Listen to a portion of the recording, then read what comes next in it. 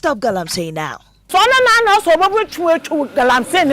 the water flow. I will speak to him directly. President John Dramani Mahama. Yellow blood do. Hello, good afternoon and welcome to the Midday News. It's live on Joy 99.7 FM, hits 103.9 FM in Accra. We're also live on Love 99.5 in Kumasi, myjoyonline.com, and affiliates in all 16 regions of Ghana, including Shine 96.9 in Akachik, Bewa Radio Yendi, A1 Radio Bogota, YouTube. Coming up, Cybersecurity Authority uncovered a dangerous cyber attack in which criminals are exploiting WhatsApp web to steal bank credentials and one-time passwords, including mobile money OTPs from users in Ghana. We have details plus what you can do to stay safe. Also, this afternoon, race to the NPP flag bearership elections takes a heated climax as average results from 8 polls tracked by JoyNews Research showing a close contest with 46% for Dr. Baumi and 38% for Mr. Kennedy Japan, with close to 8% of delegates still unsure of where to place their vote. We bring you exclusive details of this and more as the countdown to the big day draws near. Also, Electoral Commission expresses readiness for NPP's presidential primaries as it begins distribution of electoral materials to various polling centres. Ballot papers that were printed together with the agent of the candidate has been dispatched to the 16 regional capitals. Also secured the albums which happen to be the registers for the delegates. We have details coming up in sports. Asante Kotoko risk losing captain Samba O'Neil as contract discussions drag on. These and more with me, Maame Esi Nyamekye Thompson. This is JoyNews, independent, fearless and credible. Do stay.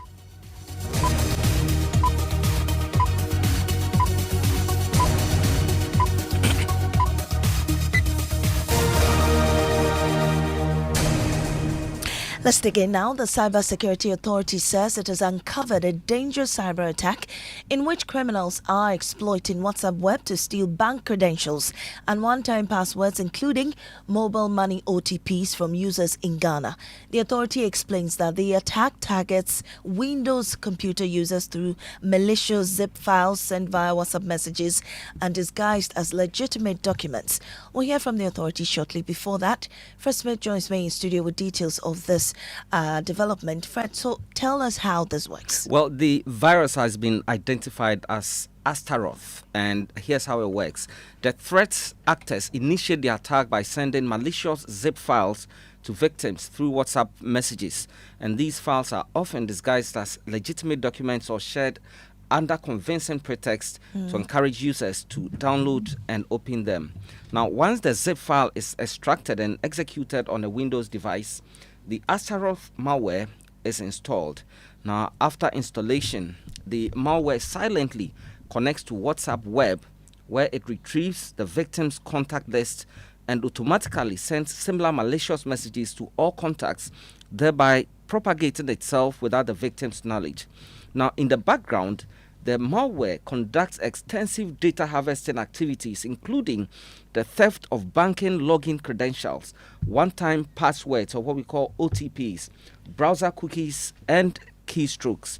Now, the information can be used to gain unauthorized access to financial accounts, commit fraud, Momo details, your Momo account, and all of that. Right. Thank you very much, Fred Smith. Well, joining me now on the phone lines is Senior Manager in charge of Computer Emergency Response at the Cybersecurity Authority, Isaac Socrates Mensah. We're grateful for your time on the Midday News. Who is most at risk in this attack, and why are Windows computers users, being specifically targeted?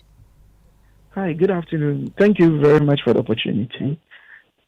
So this is coming from researchers, and we've not recorded any confirmed reports in Ghana. However, looking at the vast use in terms of people using WhatsApp in Ghana, basically anybody who's a WhatsApp user is targeted in this, or any person who connects WhatsApp to his or her browser, what we call link devices, links his or her computer in terms of Windows computers to his or her WhatsApp is at risk.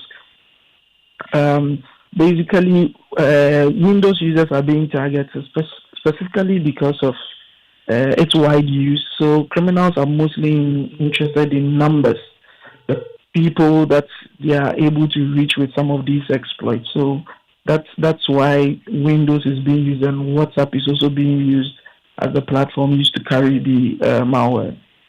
Right. And these malicious zip files disguised as legitimate documents, what are the common warning signs that users should look out for? So basically, if just from looking at the document, you might not, or you hardly see anything malicious with it. What you should be looking out for is, first of all, am I expecting a document from this particular contact on my list?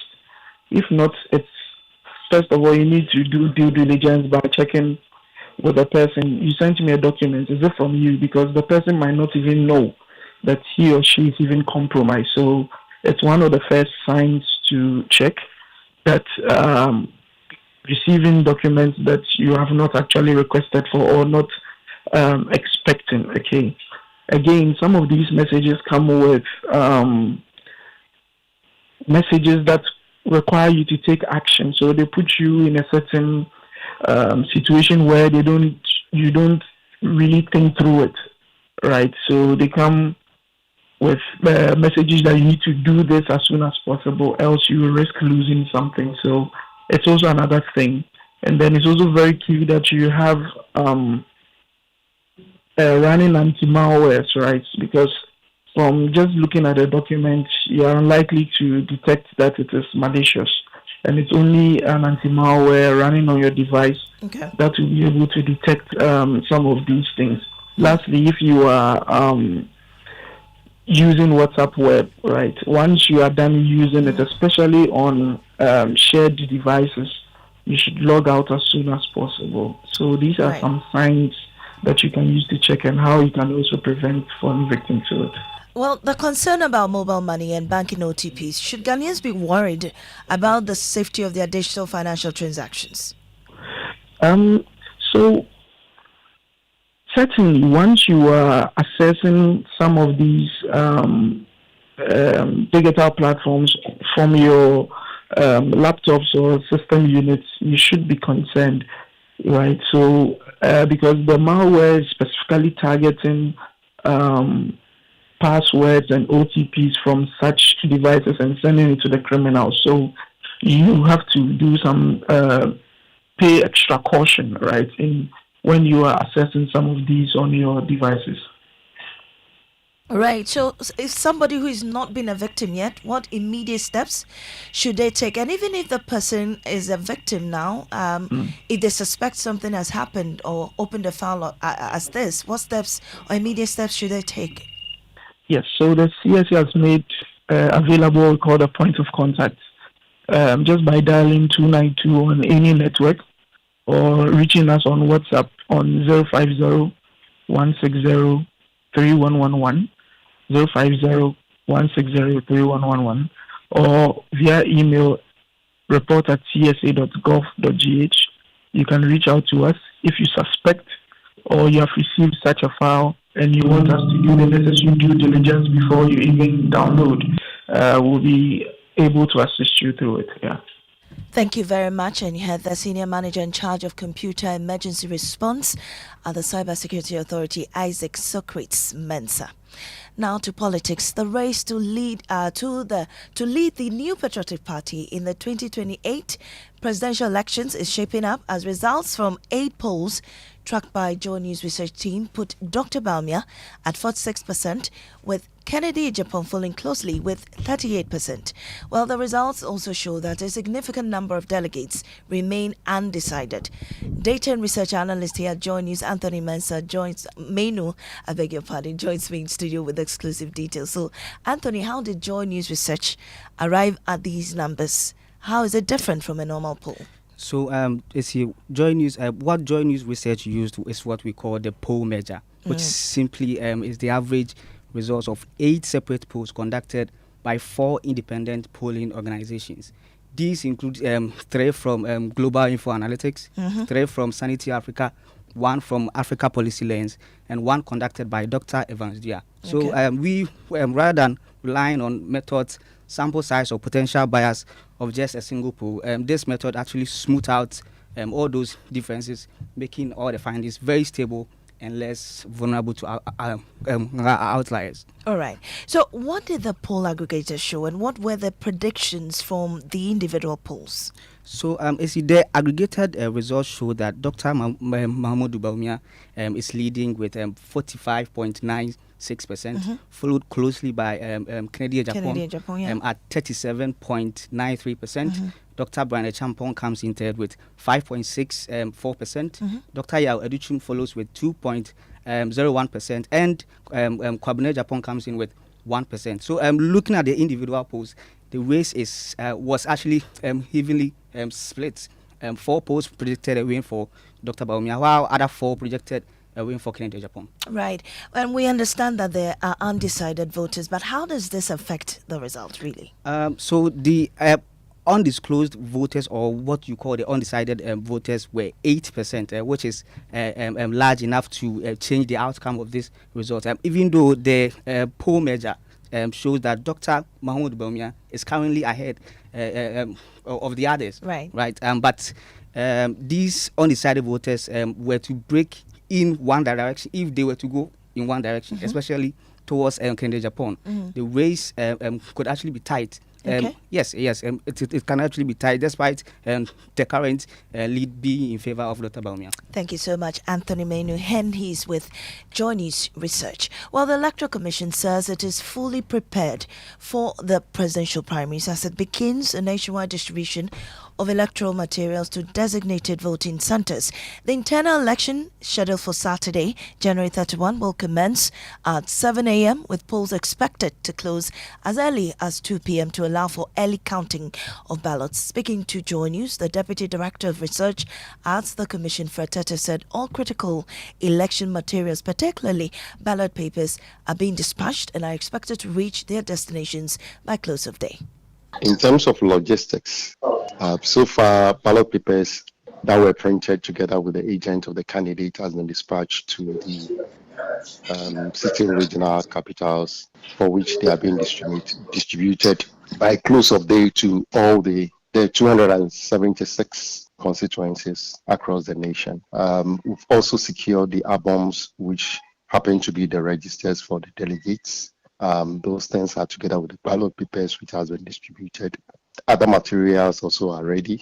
For personnel, our district officers and their office staff are the personnel to handle the elections on the D-Day. For arrangement, what we know per the album that was given to us has close to 212,000 voters, and we've created 333 polling stations or polling centers where these voters will be voting. The election will start at 7, as you know, and will end at 2 p.m. in the afternoon to make room for the counting at the polling station or the polling centers, and then the results will be announced. Well, Mr. Tete also urged all candidates and delegates to embrace transparency and peaceful process. Finest as the MPP is, being a major player in our political space, we expect the delegate to go through this process peacefully. It is just an election. It is nothing more than an election. So we appeal to people to comport themselves and to go this process peacefully. So that at the end of the day, they'll have their choice. Well, let's turn to the camps of some of the presidential aspirants ahead of the primaries. Presidential hopeful Kwabene Japan says he's prepared to accept any outcome of the contest, even as several opinion polls tip other candidates as front runners. On PM Express with Evans Mensah, he says he's mentally prepared himself for the results, whether he wins or loses. You know, and it costs a lot of money to do polls. So I'm surprised that certain pollsters can virtually give you weekly polls, you know, to travel around 276 constituencies and administer proper questionnaires and get a proper sample size. That must cost some money. So I'm beginning to feel that this is psychological operations, you know, calculated to rather fashion the thinking and the direction of the delegates rather than an expression of their preference for now. So yes, I don't dismiss them, but at the end of the day, I'm a very focused person. I believe in an election It's not like a football game. You know, it's either you win or you do not win. And you have to prepare yourself emotionally for either outcome, which is what I have done. Well, let's stay on elections because voters in the Pandai constituency are preparing for the Supreme Court's verdict on the disputed 2024 parliamentary polls. The High Court in Tamale ordered a rerun of the entire constituency parliamentary election following what the NDC candidate said were irregularities recorded during the vote. The NPP candidate Matthew Nyendam, who has already been sworn in as MP, petitioned the Supreme Court for its intervention in the matter. It will be a big day for the two candidates as well as voters in the constituency. Let's take you now there and have a feel of what they're gearing up for tomorrow's decision. Northern Regional Correspondent Martina Bugri is our Northern Regional Correspondent and she joins us on the phone lines. Martina, what's the mood in Pandai today? For the people of Pandai, it's a normal day. People at work, they are going about their duties, but they are also mindful that tomorrow is the big day that will decide the fate of the constituency. When you speak to residents, some are hoping that there will be a rerun, meaning they are vouching or hoping that the NDC candidate, it will go in favor of the NDC candidate. And those who also think that the Matthew Nyendam has already been in Parliament, he was there, they should allow him to continue. I'm also hoping that the verdict goes for him. But for the people of Pandai, the ordinary person you speak to, all they want is peace. At the end of it, there shouldn't be any disturbance that would create issues in the constituency. Now we talk with the party officers and those who really matter at the constituency level are on their way to Accra to join their national executive for the verdict tomorrow. Thank you very much, Martina Bugri.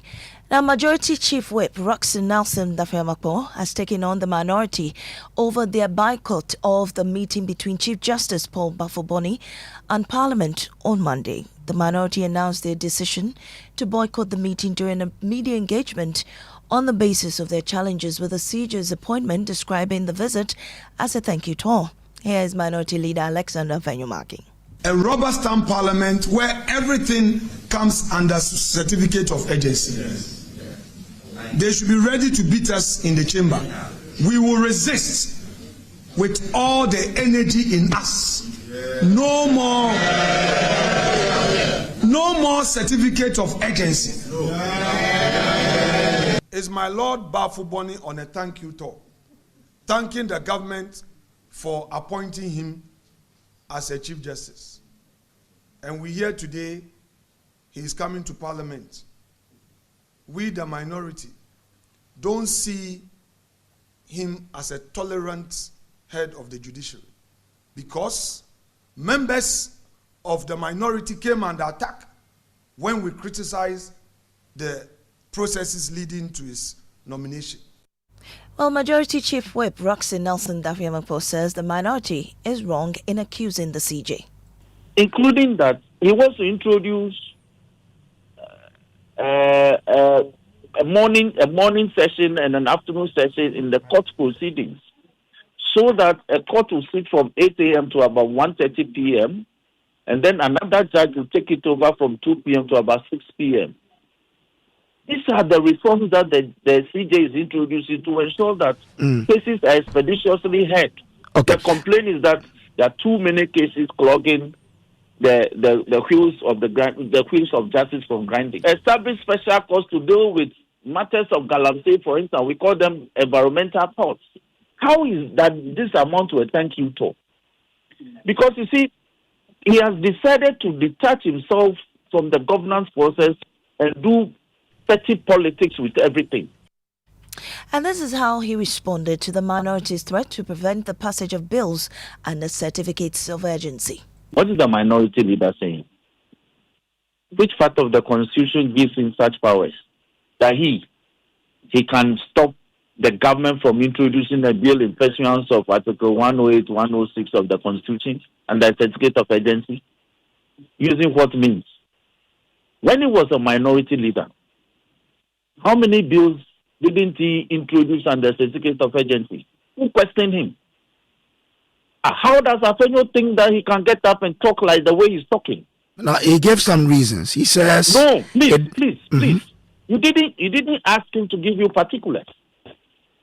And we are going to provide you with particulars. The number of bills under his leadership as majority leader he passed under certificate of urgency in this same parliament.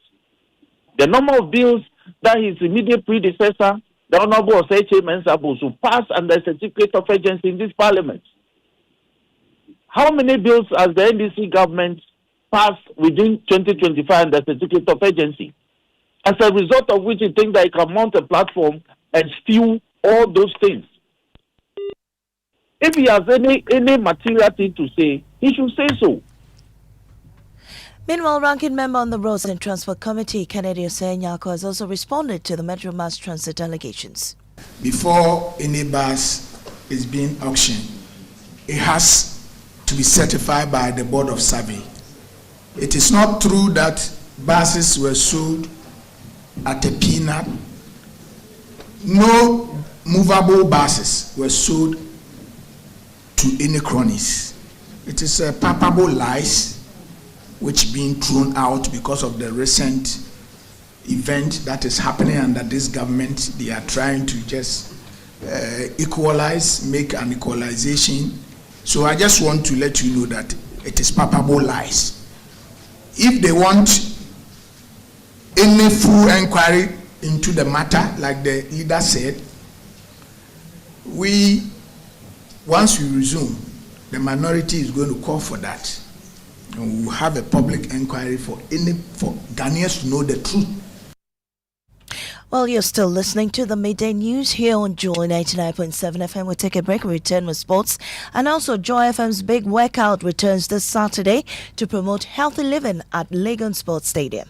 Just for 3 days, I realized that climbing the staircase to my room became much easier, and I was not gasping for breath when I climbed the flight of stairs. This is what I experienced, right? But if you're looking at the science bit of it, what it means is my arteries are opening up, again.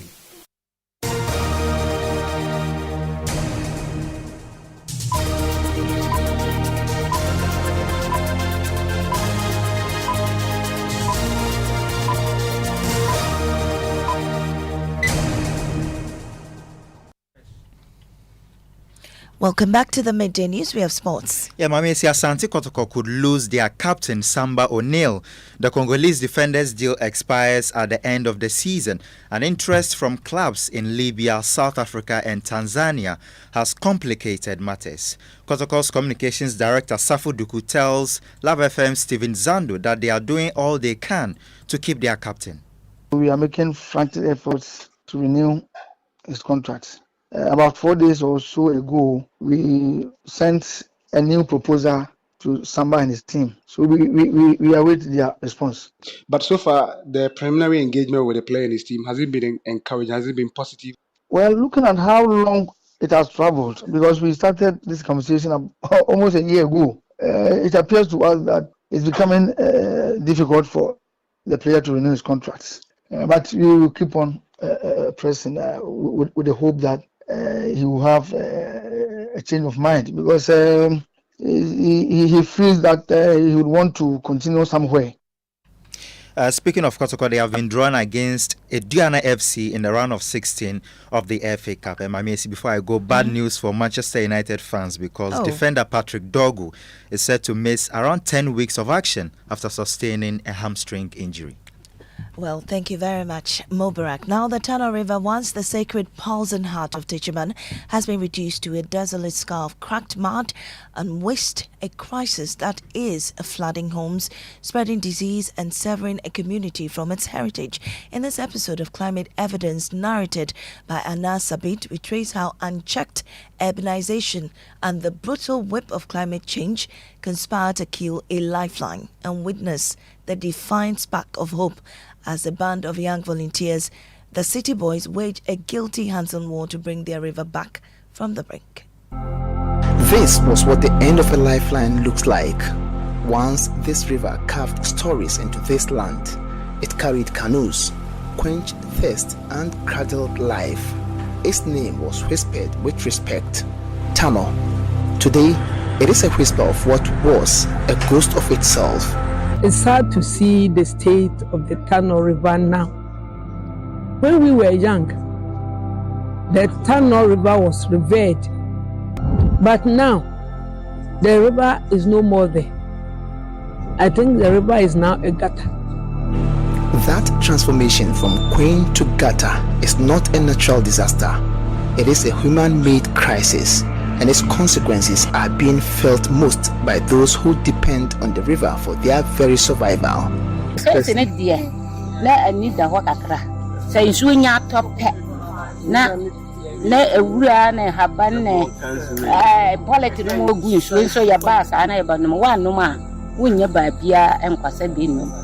what forces have conspired to turn this source of life into a source of poison? Area head of the Environmental Protection Agency, Osman Young, shares some key contributors to the current situation.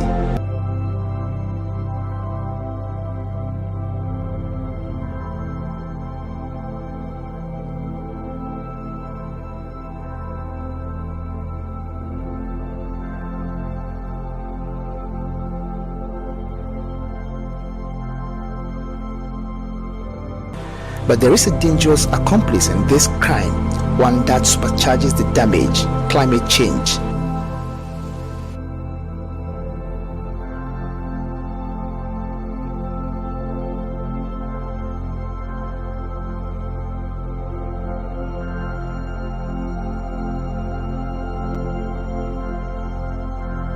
In the face of this colossal challenge, however, a new generation is refusing to surrender.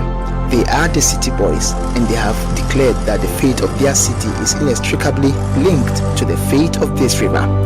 We as selfless volunteers have taken upon ourselves that we will restore this Tano River to bring it back to life, to its normal shape, to its normal purpose. The story of the Tano River holds up a mirror to all of Ghana. It shows us how quickly neglect can strangle a lifeline. The Tano River gave Techiman its life. Now Techiman must fight for hers. The verdict on whether this river lives or dies forever is now in session. Anna Sabit, Joy News, Techiman.